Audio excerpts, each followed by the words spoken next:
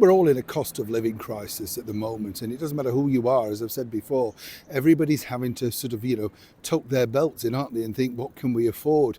People say, some unkind people say, oh, you don't have a cost of living crisis, Neil.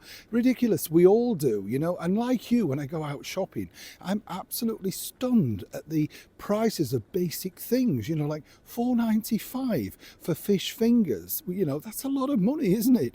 And other than that, I know you can get cheaper options and stuff, but have you noticed now they're doing mini fish fingers, basically just small sizes, so you get in a flavour of it, but still paying virtually half the price of a full one.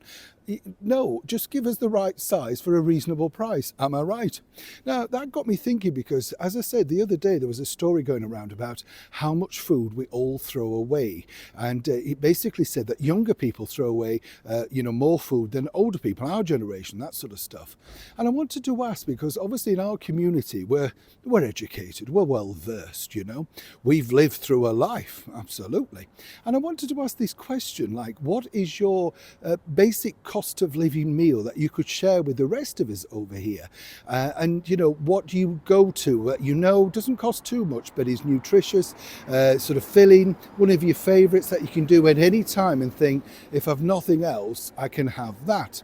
Oh, by the way, we haven't had a wave. You're right. Yes. Sorry, I'm thinking of food here. Yeah. And this doesn't include, by the way, deep fried Mars bars, although they are delicious. If you are from Scotland, you'll know exactly what I mean. Oh, once you've had one, yes. Oh, terrible for the waistline, but one of those things, isn't it? By the way, a lot of people ask me about this pub. It's the King's Head in West London. First opened in 1822. It had a license then and refurbished as you know it now in 1926. Wonderful place, very dark, very atmospherical, and one of those places that they say you could tuck away from the hustle and bustle of the city world. Very much like a traditional British pub, if you like that sort of thing. Now, I have to tell you, they do food. A little bit pricey though. Just leave it there. So yes, I thought I'd kick it off and say to you, well, my sort of favourite foods are, not expensive at all. I would always say I would return to something like beans on toast. Now, why beans on toast? Well, really, here's my trick, is that it has to be good bread. When I say that, I mean a proper loaf, not one of those shop boat things. You like it to have that thing, don't you? Crusty. And then, of course, toasted, proper butter, not one of those things where you margarine tubs that you're not quite sure what you're smearing on, do you know what I mean? And beans, really, any beans for me. Yeah, I just like baked beans. Now, if you wanted an extra treat, a little sprinkling maybe of grated cheese, if you've got it left over, something like that.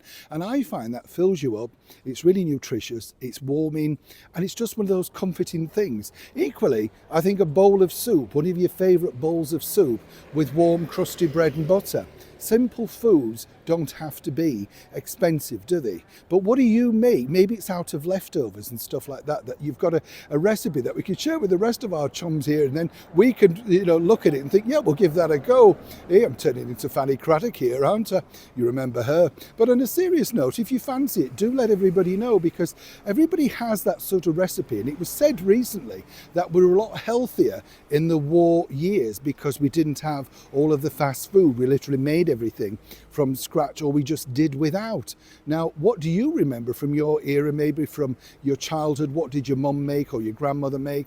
And would you still eat it today? Or is it something like spam fritters where you think, oh no, I couldn't. I could, but I know a lot of people don't like that sort of stuff.